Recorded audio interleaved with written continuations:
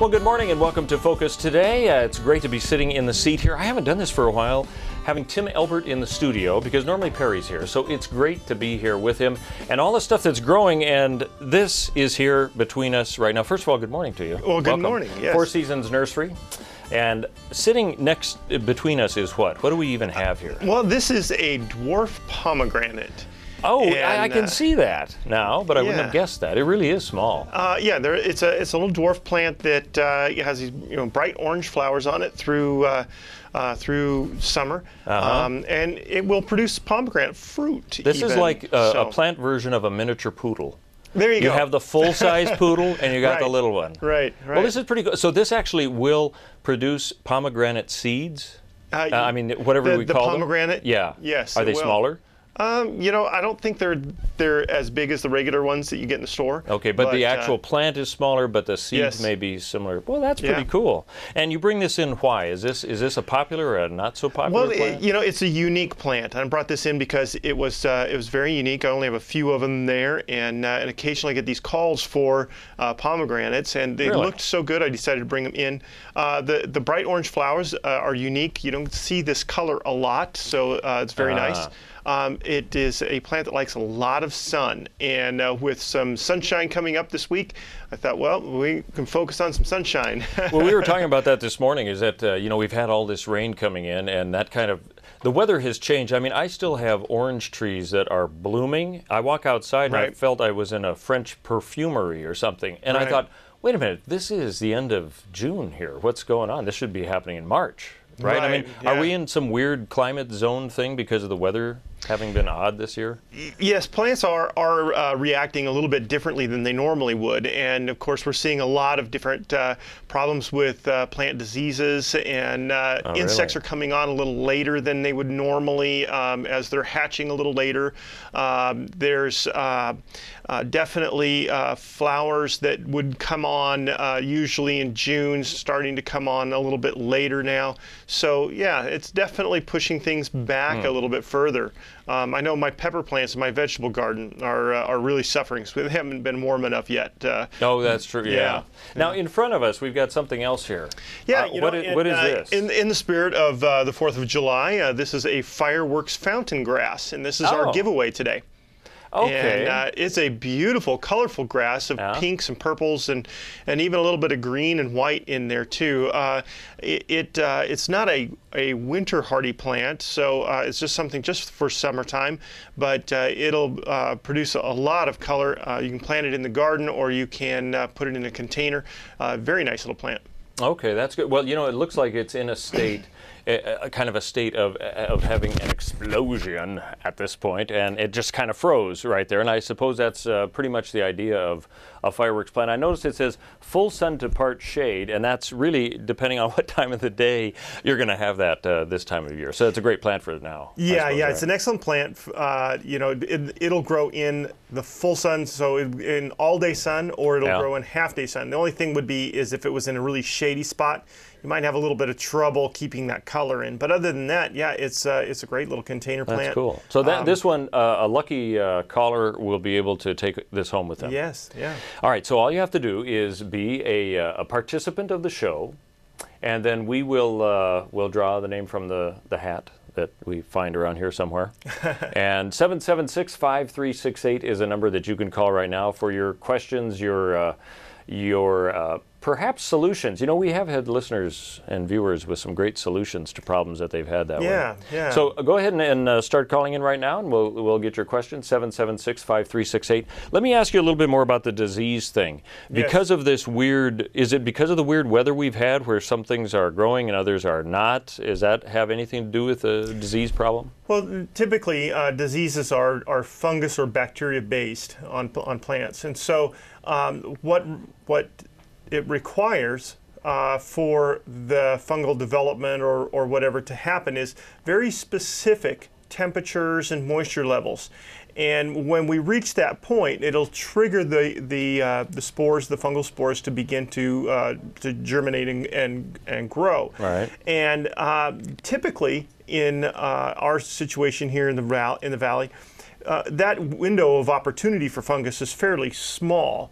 But with this weather changing back and forth all the time, that window of opportunity continues to come up for fungus development. And so you just have more and more chances of that happening. And so we're starting to see that go. For instance, I've seen some apple scab and some... Apple scab? Yeah. That's a fungus? Yeah, it's a fungus that gets on apples and pears. And that can be a real issue with this kind of weather that we have. So tough to get rid of. Not much you can do to spray for it, but you got to really kind of watch it. So while we have colds and all sorts of weird stuff because of what's blooming, plants have apple scabs. Yes. Plants get scabs, we get cold. Yeah. Tim Elbert with Four Seasons Nursery is with us. Let's take a call right now. This is from Stephanie. Stephanie, good morning. Let me see if I can punch you in here. And what am I? I don't think I am. I think it's the red button. Right there. Stephanie, good morning. Good morning. Ah, we gotcha. Success. The show will be perfect from here on out. You have a question about climbing roses of some sort, right? How long does it take for a climbing rose to climb to its height? How high do you want it to climb? Well, it should climb 8 to 10 feet, and it's at about 3.5, 4, and it's 3 years old.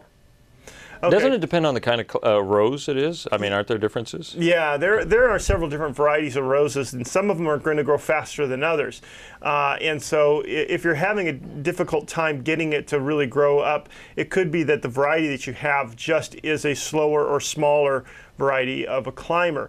Now you can encourage it by fertilizing it and maintaining a good level of nutrient into that soil. Okay. So I would feed it on a very regular basis, monthly, bi-monthly, something like that. Okay, so the fact that this is its third season and it still hasn't reached the top of the trellis is okay. It will eventually get there. Yeah. Do you know what variety you have? I do, actually, and I looked it up on the internet yesterday hoping they would tell me. It's a Jackson and Perkins, what the heck was it called? But I read all about it, and it's supposed to be 8 to 10. It's a floribunda, the one that looks like the big bouquet of roses. Right. And it does great with roses. It just hasn't done great with heights so far. Just the fact that it's a floribunda tells me that it's probably going to produce less growth and more flowers. That's kind of what a floribunda does. And so you're going to have, it is going to take a little longer to reach that 8 to 10 foot height, for sure. Okay, but leave it there and don't get discouraged and pull it out. Yeah, don't get discouraged. It'll grow fine. Just keep it well fed. Okay, I shall. Thank you. You're welcome. All right, thank you, Stephanie. 776-5368 is the number to talk to Tim Elbert. And you can do so. He's with, of course, Four Seasons Nursery. Let me see if I can. I've got fat fingers, so let's try it here. I am working on this. I really am. There we go. Alma, good morning. How are you doing? Good morning. What's your question? I'm calling about growing sweet potatoes. When do you start doing that? Is that a winter garden product or? No, sweet potatoes are not a winter hardy crop. So you want to get those in as soon as you can in the spring after danger of frost. Oh, okay. Yeah. So if you don't have them in now, you could try, but you may not get very large sweet potatoes at this point. No, so then when do they produce the fruit or the vegetable then? How long is there? That'll take, it'll produce that underground, and it will take quite a while. Okay. Sweet potatoes do take some time. So, get them in the ground. If you got them in the ground now, it would be probably September before you'd have anything. Okay. Do they take a lot of sun then, even though they're growing under the ground? Yes. Yeah. The top vine does require some sunshine. Okay, because we don't get a lot of sun in our backyard, so yeah, a garden is just out of it. We don't get enough, like I said, enough sun for a garden. So I thought, well, I'll try sweet potatoes, but that may be an issue there too. So yeah, the soil's got to be nice and toasty warm. Okay. Yeah. All right. Well, thank you so much. Appreciate your answer. Thank you, Alma. Appreciate it very much. Tim Elbert, of course, with us. And what are we giving away again? This is it's fountain grass, right? Fireworks fountain grass. Okay. Yeah. And that's cool. So everybody who's part of the show will have a chance to win that. I like that. where would you put that mostly? Is that kind of just a ground cover type thing? Well, it's mostly used in containers as a okay. companion plant with some other things. You could plant that with some purples and whites and reds and things like that. It's also a very good border plant or something like that. But again, it's not winter hardy. So will it die out then? Yeah. So it'll be something you'd have to replace, next year or something. Yeah. So people use it more as a temporary type of color plant. Well, it's certainly the time of year to do that. Yes. 776-5368 is a number you can call to talk to Tim Elbert. Just as, hold on. This is so much fun with the iPad. Velma, my fingers are not working today, Velma. Hold on, I'm going to get you here. My left finger seems... Velma, morning. Hi. Hi. You have a question. We talked about potatoes. You want to talk about tomatoes, right? Tim, I have a early girl tomato, and it just doesn't look good at all. The leaves, they're all wilted looking and curled.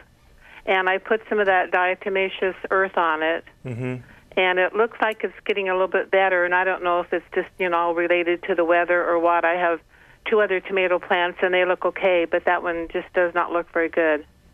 Are the leaves turning color, the yellowing, or are they just... No.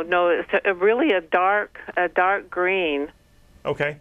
But it just looks kind of wilted, and the leaves are kind of curled.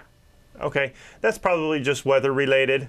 The heavy rains and cool weather probably causing that. Well, maybe with some sunshine that'll poke back up and look better. You want to watch though for discoloration in the foliage, because that could be a sign of disease. Okay. So, yeah, but I think with a good week of solid sunshine, that tomato plant should look a lot better. Okay, so if it does look diseased, then what would I do? Well, if you start to see yellowing, there could be a disease called verticillium wilt, which the leaves will turn yellow and wilt, and that can be pretty bad. In those situations, we just suggest yanking the plant out and throwing it away. Okay. Yeah. Yeah, I already have tomatoes on it, and I just, really hate to lose it. So yeah. I guess I'll just keep an eye on it then. You should be pretty good. Early girl's not one that usually gets the verticillium, so okay. It should be all right. Okay, thank you, Tim. You're welcome. Thank you very much, Velma. Appreciate it. Now, again, between us we have, is this a pomegranate? Is this considered a tree or a bush? This is a bush. Okay. Being a dwarf, it's definitely a smaller plant. This guy gets only about 4 feet tall. Okay, yeah. But we do have trees, right? Pomegranate trees? The pomegranate is generally a large shrub. It could be trained or pruned into a tree. Okay, but in its natural state, it is a shrub. All right, well, Jimmy's on the line with us, and you've got a question about that kind of a thing growing on the coast. You're probably talking about the real big ones, though, right? No, actually, I'm talking about your bush right here. Oh, the bush. Okay, this is a dwarf one. Okay, and you're wondering, does this work on the coast, right? Yes. Yes, the pomegranates will grow on a nice sunny location over on the coast. Are you talking Brookings area? Yeah, Brookings area, yes. Because we're pretty foggy sometimes socked in, but I have a greenhouse area that I could put it in. Yeah, they like a lot of sun, a lot of heat. The summers there should be just enough for it, though. Nice thing about the Brookings area is that you won't have the cold, and so you'll have a greater chance of getting some decent fruit on it. Okay, Tim, could I ask you, now I'm here in Medford right now, but I don't know where you're at. Where are you located at? We are on Crater Lake Avenue, about a half-mile north of Vilas Road. So if you were going out Highway 62 towards White City, you would just jump over at Vilas Road onto the frontage road and continue out towards White City about a half mile. We're on the right-hand side there. Okay, I appreciate that very much. Steve is on the line with us right now, and that's a problem you're having right now, isn't it? Hey guys. Hi, describe your webworm dilemma. Well, it's not a problem yet, but I see the white moths are hatching out, and I was just wondering, is there anything I can do to get a head start on these things so that I don't have to fight this like I did last year?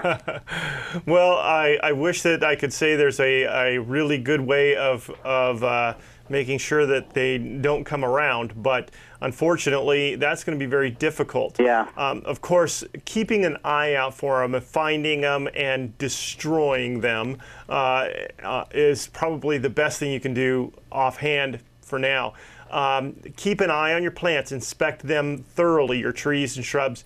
make sure that if you see any of the nests, be sure that you get those trimmed out while they're small and young, and then you don't have as much trouble later on. But they are out there. We are starting to see signs of them again. I haven't seen as much, but again, with the way this weather has been, it's been a little slower. So there is a chance that they're going to come back, even just as bad as last year, but just a little later than last year. So just keep an eye out for those guys. There is a spray that works pretty good for controlling them. It's the same thing we use for our petunias for the budworms. It's spinosad is the active ingredient. We carry it. It's borer, bagworm, leaf miner, tent caterpillar spray or something like that. Wow. I know, I wish they just call it spinosad. It's fertilome, in their naming. But but anyways, and that works very good for getting them under control. So it's not as effective as pruning them out, though. If you can prune them out, that's going to be your best bet. Yeah, that's what we did last year. Yeah. Well, one thing about it, I have a little birdhouse, and my sparrows are eating a lot of them little white moths. So. That's really good. Yeah. We've noticed actually quite a few of what we would call predators of those late last year. Some of the birds that were trying to get into them. Also, I noticed yellow jackets trying to get to them. So, if you do end up with a nest of them that you can't quite reach, if you can break up that web and make it a little easier for the predators, natural predators, to get into them, that would be helpful. Yeah, sure. A little smorgasbord. That's the problem. They get so high you can't get to them. Yeah. Okay. Wow. Steve, thank you very much. Appreciate it. Our number is 776-5368 if you want to be a part of the show today. Talking with Tim Elbert from Four Seasons Nursery. Barbara's on the line with us. You've got some problems, not with grapes and raspberry, but with some grass nearby, right? Right. Hi, Tim. Hi. I've got a short row of grapes and raspberries, and they're really doing well, but so are all the grasses underneath them. And I was wondering if there's something that can be sprayed on the grass to control it, but that won't damage the raspberries or the grapes. I'd have to check the label just to make sure, but there is a product that you can spray that will kill grasses without killing your broadleaf stuff. So it should work fine on raspberries and grapes, but we would need to check the label just to make sure that it's okay for use around edibles. But definitely that could be an excellent one. The product is called Post. We carry it under the High Yield brand, and it's just called High Yield Grass Killer. Great. Yeah, and if you give me a call down at the store this afternoon, I'll be able to check that label for you and let you know for sure. Super. Thank you so much for your help, Tim. You're welcome. Thank you, Barbara. Appreciate it. 776-5368, the number you can call, just like Jan has. And we had one question about tomatoes, but you have a question about tomatoes and melons, both. What's that? Yes, the tomatoes, I'm an organic farmer, and we've been overwatering the tomatoes. We have kind of a cooperative garden, and I'm going, because I understand that you're not supposed to hit water tomatoes, and I'm wondering why. And also on the melons, they just don't grow very fast, especially we're growing the Moon and Stars watermelon, and they're just little tiny plants, and they just don't seem to grow very fast at all. I'm just wondering if I can do anything to help them to grow faster. Okay. The melons aren't growing because the soil's not warm enough. With the cool temperatures and rain we've had, that's really kind of set them back. And I was out looking at my melons last night, and they're just kind of sitting there. But with another week or so of nice warm weather, that should really get them to push and grow. Your tomatoes, you want to be really careful not to overwater those, because you can end up with lots of growth but no ripe tomatoes. So you want a good deep root system on those. You want them to grow quickly and to ripen nicely. So kind of keep the watering a little bit more minimal for those. Okay, thank you. All right, you're welcome. Thank you, Jan. All right, Tim, I got a question for you. If I go out and I look at my melons and they're just sitting there, what should they be doing? There are no such things as dancing melons, are there? They should be growing. Oh, growing. Actually, you see, okay. So yours are not growing. They're just kind of, as you said, sitting there. Yeah. Okay. Just I just never heard of active or inactive melons, but the process of growth. Okay. Yeah. I want to make sure we got that clear. Okay. 776-5368. Tim Elbert with Four Seasons Nursery. Guys, I mean, come on. Well, I don't know. I thought, what are they supposed to do out there? They just sit there. Honey, let's go out. Sorry, we're melons. We jog every morning. Didn't you know that? Hey, Peggy's on the line with us. Good morning, Peggy. What question do you have today? Good morning. Something just went wrong with the phone. Can you hear me? I can hear you. Can you hear me? I can hear you. Ah! Everything's back to the way it should be. What's your question today, Peggy? Can I put casseron around established plants? Yes, you can. Why don't you describe what is casseron? Casseron is a pre-emergent weed killer. Okay. And the way casseron works is it forms a gaseous layer in the top 2 inches of soil, and it kills everything in that top 2 inches of soil. And so generally when your weed seeds germinate, that's where they're germinating, is in that top 2 inches of soil.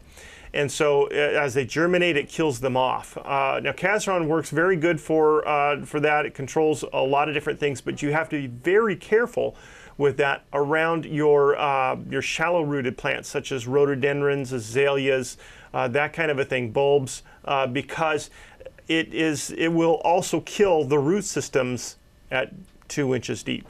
So you want to be really careful with that. There are other ones out there that are a little more selective. We carry one called Dimension, and that is, it works by just interrupting the germination process of seed. And so as the seed germinates, that's when it kills it. And so it doesn't affect root systems, and so it's much safer to use around things like that.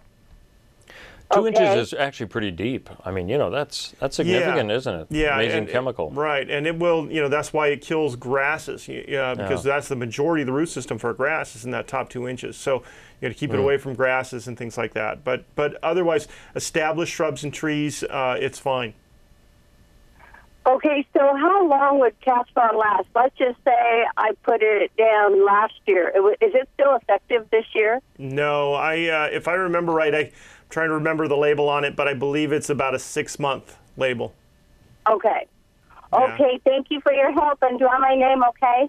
I'll try. We'll see what we can do. All right, Thanks, bye. Peggy.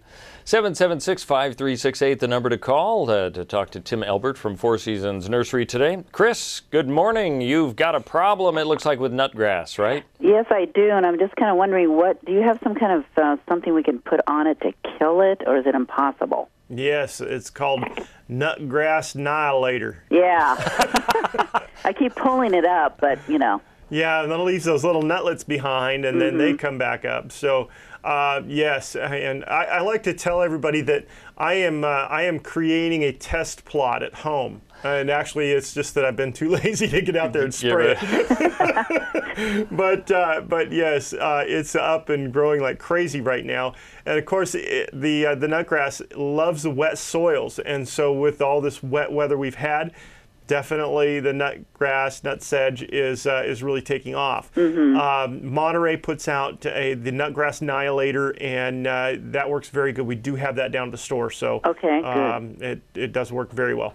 Okay, and how about on rhodies? Is it okay for me to give them fertilizer now that they've quit blooming? Yes, this would be the time for fertilizing those. Okay, so great. Once you've got them all deadheaded, pruned back, whatever you're going to do with them, then go ahead and feed them. Use an acid fertilizer.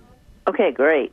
Thank you so much. You're welcome. Thank you very much, Chris. And of course, Chris's name will go into the hat for the drawing for this wonderful fireworks fountain grass that we have in front of us today. Ta-da! Yes. It's beautiful, wonderful. And between us, just as kind of a showpiece to see what a miniature pomegranate bush would look like, that's what we have right here, just a little one. But the pomegranate seeds, or no, I guess these would be the flowers. Look, the pomegranate comes out as a big round. That's right. We don't have any of those, do we? And no, they're not on there yet. So they'll come on after the flower. They're kind of actually behind the flower. This little section here will turn into the pomegranate later on. Okay. So. All right, 776-5368, the number you can call to be a part of the show today. Tim Elbert with Four Seasons Nursery.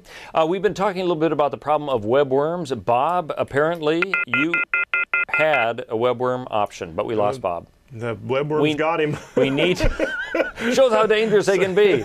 Bob, feel free to call back if you would about your webworm option. We need as many options as we can for killing them. You said the webworms, if you open them up like a banquet, you know, then yes. the other, you mentioned birds yellow jackets, birds. Yeah. And did you say not sparrows? That was another caller, yeah. A sparrow? Mentioned the sparrows, yeah. Sparrow could do that. Okay. Let's go to Mary. You've got a blackberry problem, is that right?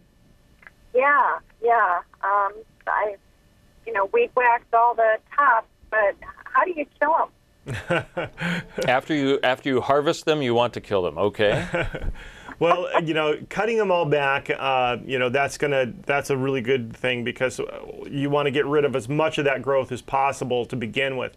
And then as that begins to come back up, the new shoots start to come up and they're young and tender, that's when you want to get those sprayed. And a couple of different options for that. We carry a product called Brush and Stump Killer. And that works very well for controlling that. And use a little bit of a spreader sticker or surfactant mixed in that as well as you go through and spray. And that does a fabulous job getting rid of them.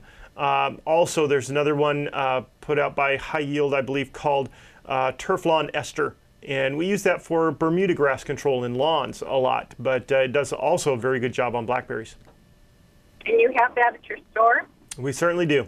Okay, thank you. You're welcome. All right, thank you very much, Mary. Of course, her name will be in the running for this wonderful fountain grass that we have here. Let's go up to Virginia. She you have a problem of not having raspberries. Is that right?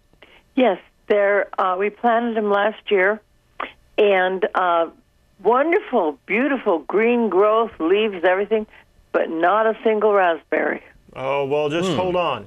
You may have a fall crop raspberry, and so the raspberries may come on later. So take good care of them. They should still produce berries for you in the fall. Okay, and because there's no buds or anything now. Yeah, that's not untypical. Usually you'll get some flowers on them in spring and fall. Some varieties, though, do much better in the fall. So it could be that these are just getting ready and you should have a good fall crop. So watch them, keep an eye on them. They should still produce some flowers. You may not get the flowers until August, September, and then you should get some fruit right after that. Kathy Ann's been waiting on the line with us. Let me give the number one more time, 776-5368, 776-5368. A Siberian iris, you want one or you're giving us one? That's funny. No, I don't know a whole lot about growing. I used to think that I did, but I lived on Maui and come to find out almost everything grows there. So I was lucky enough to be at the tail end of a plant sale in Ashland last year, and it was already blooming when I got the Siberian iris, and I thought, what a fabulous thing. And they actually gave it to me for free. Wow. And so I planted it in this pot. And then during a moving process and everything else in winter, it died completely. And I never expected to ever see it again because I don't really know a whole lot about that type of growing. Like I said, I lived on Maui. So anyway, this summer, much to my surprise, it popped up, and in full bloom just a little bit ago. I mean, all the leaves, everything, just this huge, beautiful plant. I got 4 huge, beautiful flowers out of it. And now, of course, they're dead, and I don't know what I should do with it. I'd like, at this point, whether I can move it to another pot, because I'd like to use that pot, whether I should deadhead those flowers, what do I do with it now? Okay. Well, yeah, you can deadhead the flowers, leave the foliage there. That's going to help to build the root system and rhizome to make for bigger and better flowers for next year. Okay. But you can repot it. So go ahead and remove it, repot it. Or if you'd like to plant it, you can plant it in a sunny spot in the yard, and it'll thrive nicely. Okay, so I can take it out and repot it. I won't hurt it at this point right now if I do that? No, won't hurt it at all. Yep, go for it. Okay, because I'd like to use that pot, for other things right now, sure. And then I can always, because the foliage is still really pretty on it. Yeah. Yeah. So I can use that too, but I just wasn't sure if I was going to get another bloom, if I was going to hurt it by doing that. They really only have one cycle of bloom, so digging or repotting it isn't going to affect any bloom. And all it will do if you go into something a little larger is give it a little bit more room to produce more so that you'll get more blooms next year. So oh, wow. it could be a good thing they to sure do. are amazing-looking flowers, aren't they? Yeah, they are. I can't even believe I used to just go, stare and look at every little intricate design on them. They were just so beautiful. Yeah. But anyway, thank you so much for your information. I appreciate it. Thanks for calling, Kathy. I appreciate it. Now, an iris like that, does that have bulbs underneath? It's not necessarily a bulb. It is a rhizome, which is a root that kind of like a big root, thick so it root. doesn't have bulbs. It might reproduce, and you get more of them like that. Then. Right. No, you just get the root gets bigger, and then you get more coming up. That's cool. I don't know that I've ever seen a Siberian iris. I'll have to look for that. They grow well here, apparently, though, right? Okay. 776-5368, the number that you can call. Tom is on the line with us. It sounds like you are racing down the highway.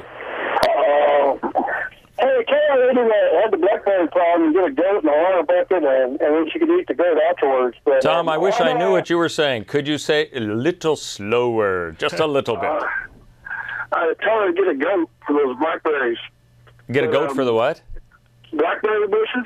Blackberry bushes. Yeah. Oh, there you go. But my question is, can I use railroad ties for planter boxes? But does the creosote or whatever they put on them hurt the plants? Or what should Did I get that right? Did you say railroad ties? Right. For planter boxes. Yeah. Okay.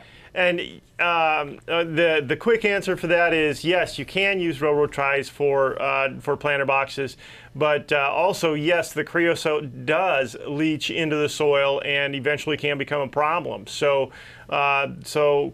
long term, it's not a great idea. Your best bet would be just some untreated cedar or redwood. That lasts for a nice long time and that won't leach anything out into the soil that could cause any problems. God bless you. All righty, thank you. Bye. Thanks, Tom. Appreciate that very much. I'm wondering, let me just bounce off of what Tom said. If you were to make planter box with railroad ties, if you were to put like heavy garbage plastic bags around before you put the soil in, would that help keep the creosote out from getting into the soil, or would that break down in time as well? Well, it would keep it out of that part of the soil, but eventually that's going to leach somewhere. So it's not a great idea. Then. Yeah, it's not the best.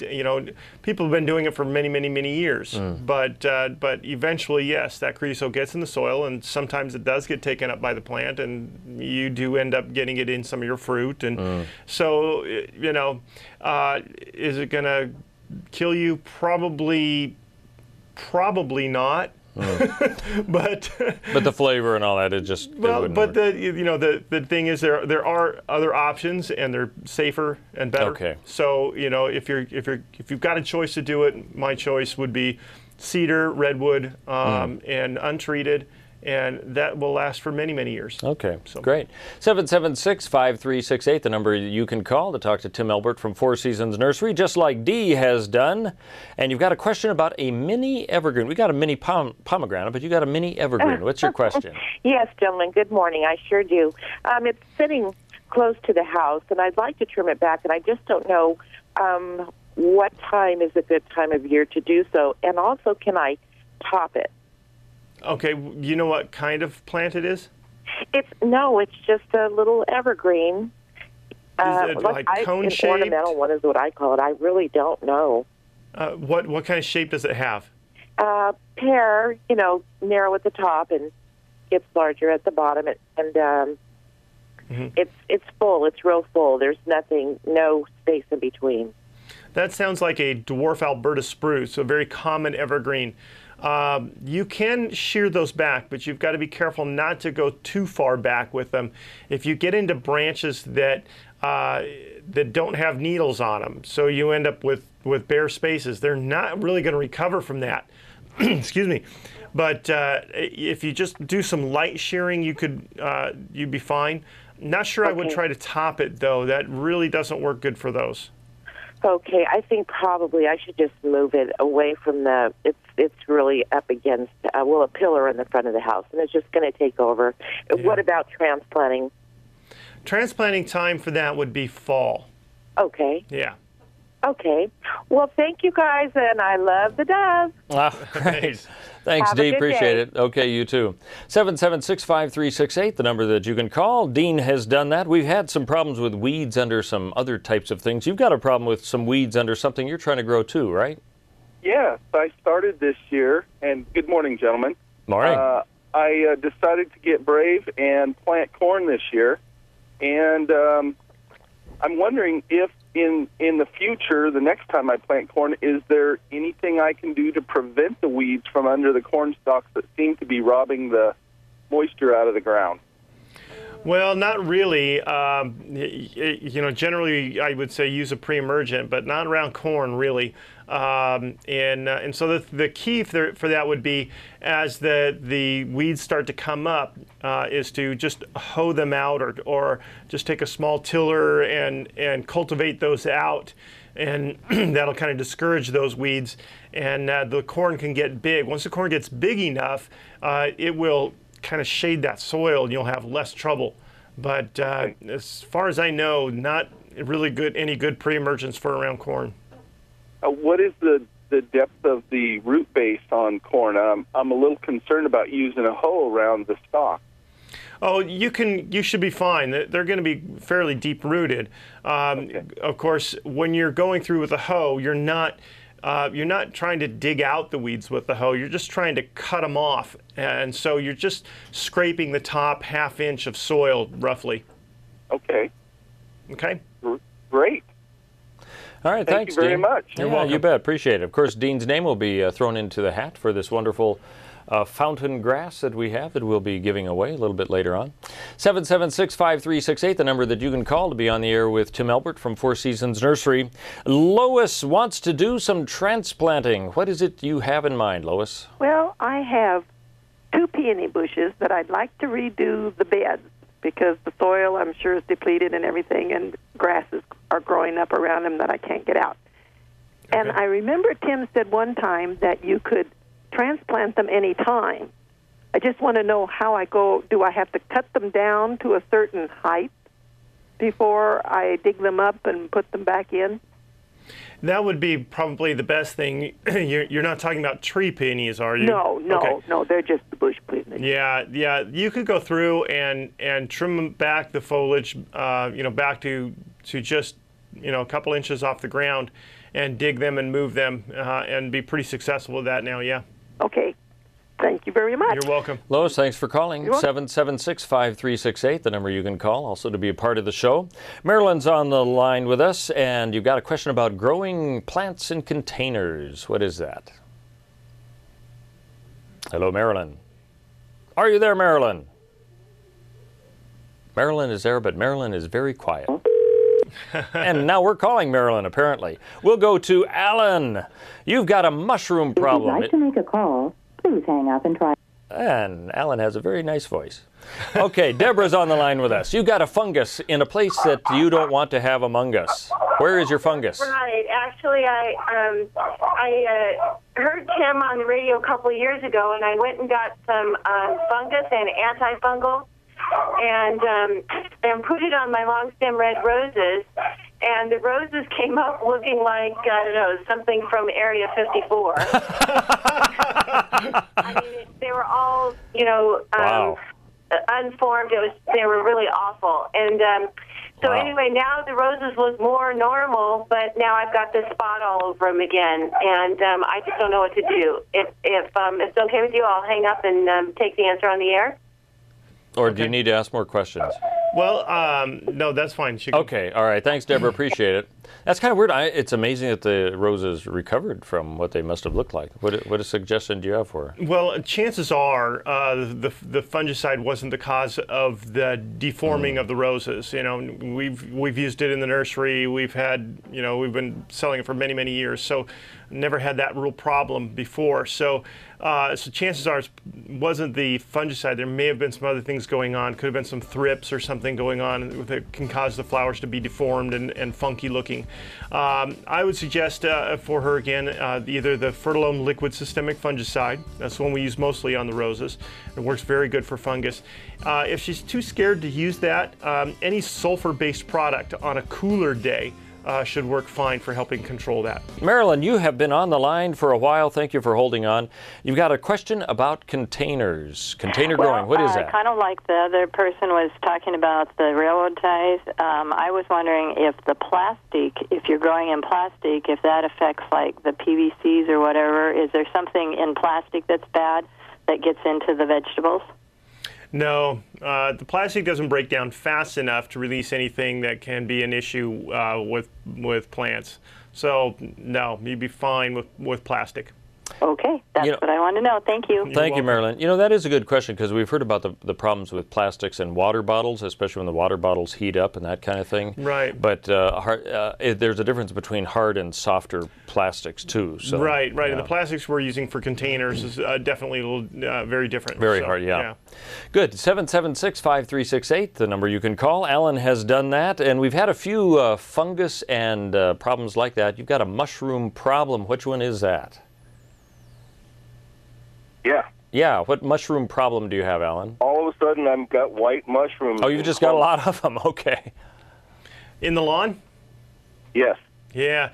Generally, that's a sign of a couple of things that are happening. The moisture, the cool weather, actually the weather going up and down and up and down, and then couple that with just the right pH of soil.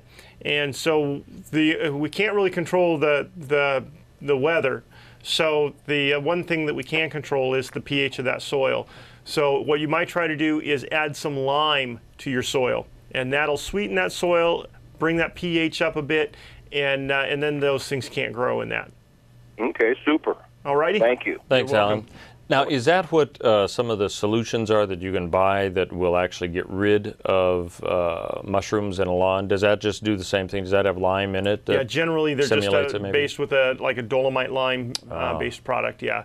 So, do you need a whole lot of it and repeat applications, or what would you suggest? It just depends on how acidic your soil is. So if the pH of your soil is very, very low, you may need to put a lot on. Okay. We generally recommend about 50 pounds per 1,000 square feet. So, which seems like a lot. I mean, if you're doing fertilizer at 20 pounds per 5,000 square feet, this is 50 pounds over 1,000. So it seems like a lot, but it's a powder and it just kind of washes in and hides very easily and does a pretty good job. But if your pH is very, very low, you may need to increase that. And I suppose this would be the time to do it before the next rains come in so that it's actually there for a while and doesn't get washed out. Yeah. Right? Because it is kind of, like you say, a powdery type thing. Right. Yeah. 776-5368, that's the number you can call to be a part of today's show. We still got some time to talk to Tim Elbert about the things that may be growing that you don't want growing and those things that you want to grow that aren't doing so well. This is doing very well. In between us, we have what you brought in was a miniature pomegranate. The zones again for this, we had some people calling on the coast. You said that's good, even though it does like warm weather. Right? Yeah, it does like the warm weather. But typically this will grow in a zone 6 or higher. Okay, for those of us who are not that initiated, what zone are we in here? We're in a 7. 7. Yeah. And what's a coast? The coast in the Brookings area is like a zone 12. Oh, wow. So yeah, it's a very, well, if you go by sunset zones, Sunset Western Garden Book has its own zone. Oh, okay. USDA has its own zones, and I believe in the coast is like a 9, I think, in USDA so the zones, they're not necessarily standardized. No. Okay. But typically, over on the coast, you're looking at, we call it the banana belt. You have very little frost and lots and lots of really nice weather. That's like why we like to go visit the coast. Yeah. But definitely this would thrive over there in a nice, bright, sunny spot. In a shady spot, maybe not so much. But in a sunny spot over there, should do great. Good. All right. Virginia has called in. You got a question about potted azaleas. What is that specifically about, Virginia? Virginia, you're there. Hello, Virginia. Maybe she is waiting. Virginia. Hello. Hi. Potted azaleas. What question do you have about that? Okay. For Mother's Day, my daughter gave me an azalea, and it's like a tree, and the trunk is like twisted. It's probably about 4 foot high. Okay. And it has, a big round thing at the top, and it was beautiful with flowers. But I heard him say one time that these are forced blooms when you get them at the stores, and that they probably won't bloom again. And we repotted this in a beautiful big pot, and we're wondering, will it bloom again?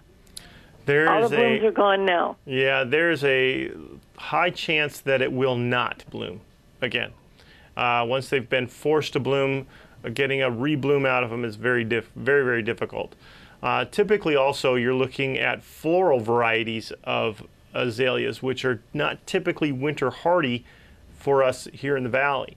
So keeping it outside over the wintertime can be difficult as well. Oh, boy. So. Okay, then one other question. You talked about nutgrass. What is nutgrass? Nutgrass, or nut sedge, as it's more properly called, I guess, is it's a weedy grass that grows up with kind of triangular shaped. If you were to cut the leaf and look at it in cross section, it would look like a V. So kind of a triangular shaped cross section, I guess you would call it, on the leaf.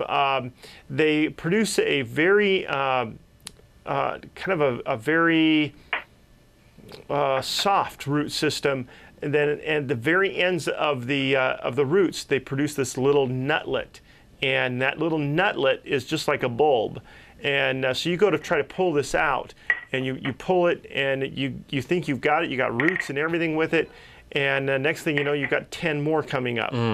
It's because those little nutlets left behind are all going to produce another plant. It usually, if you get it in the lawn, it grows a little faster than the lawn, so you see it coming up above the lawn sooner. It's a little lighter colored, so kind of a yellowish, almost an orangey appearance to it as well. So loves wet soils. Sometimes you'll get it, if you got some fresh topsoil, you may have some seed from it coming in on that. It's just completely unavoidable. So if you do have it, getting rid of it is not an easy task. Because we have a patch, a round patch, in our nice green lawn, but it looks like oats or something like that. You know, like it grows in the field. Yeah. That could be just part of your lawn going to seed. It's brown. Okay, then there's probably another kind of a grassy weed. If you brought us a sample of it, we'd be able to tell you what it is and if it's possible to get rid of in the lawn. Okay, I think that's the best thing. We'll just dig up a little shovelful and bring it in. Yeah. Thanks, Virginia. Appreciate it. Thank you. Bye. All right. We could still fit in another question or so, 776-5368, the number you can call. We started off the program, Tim. Of course, Tim is with Four Seasons Nursery. Started with the whole issue of this being kind of a weird time where stuff is still blooming that should have been blooming. We've had wet, we've had dry. We're kind of into a warming trend at this point. Are there some do's and don'ts you'd suggest at this point for people who are used to a normal cycle, and this is kind of a little abnormal cycle that we're having this year? Well, I think that the big key is going to be, watching your watering and making sure that you can adjust that if the weather changes, and that's real key. I was talking to somebody the other day who was watering their hanging baskets during the rain. And causing some excessive moisture problems with their baskets. So things like that, you got to really watch that. If it starts to rain, something, shut down those sprinklers, don't water, allow things to semi-dry out. That's going to be really key. The other thing is if we continue to get a lot of moisture, that can leach nutrients out of the soil quicker. So you may need to increase fertilizing as well. So, or fertilize a little sooner. Yeah, because this is going to be a little bit of an unusual time of the year. I mean, we've got some rather unusual questions that have been asked already. Some of them are common, the whole thing of mold and fungus and that kind of thing. But some of the other stuff, overwatering and underwatering, I think we're going to have a few more questions about that. At this point, would you, if you have like an automatic spray system, now that it's drying out, would you increase the amount of water saturation in a yard, let's say? Yeah, as the weather's drying out this week, you'll definitely want to bring those sprinklers up a little bit more, and just watch it. I always say, there's every situation is different, and we can't say, watering like this for this is the same as watering for here. So really watch that water, test your soil. If it's your lawn, I use a screwdriver test. I take a long screwdriver, I go out and I poke it out in the lawn. If I can push that screwdriver all the way down, I've got good moisture content. And I go and check all my spots. If I got some dead spots, I'm going to check those with that screwdriver. If I can't get that screwdriver in, then perhaps that's because my soil is too dry in that area. So check that out. Try different areas in the lawn. If it's your plants and things like that, there is a moisture meter that you can purchase. They're very inexpensive. Are they pretty accurate? Yeah, and they're quite accurate. And you can take that and shove it down in and take a reading right away and know whether or not you should water. All right, good. All right, well, we've had quite a few people who've called in. I didn't keep a count number, but quite a few. And we've got our basket here. And this is for the fireworks fountain grass that we have in front of us here. And you're not looking, I can vouch for that. You're not looking at the names. And you have picked out... I pulled out, turn it this way. Lois. Lois, all right. So we'll be getting people. that planted. What is the protocol for this? We'll give her a call. You'll give her a call. Okay, very good. Well, thanks for being a part of it, and get your questions ready for the next time we have Tim on here, because this is going to be an unusual summer, I think, for these types of questions. Absolutely. And thanks for being with us, Tim. All right, thank you. Four Seasons Nursery. We'll see you next time on Focus Today.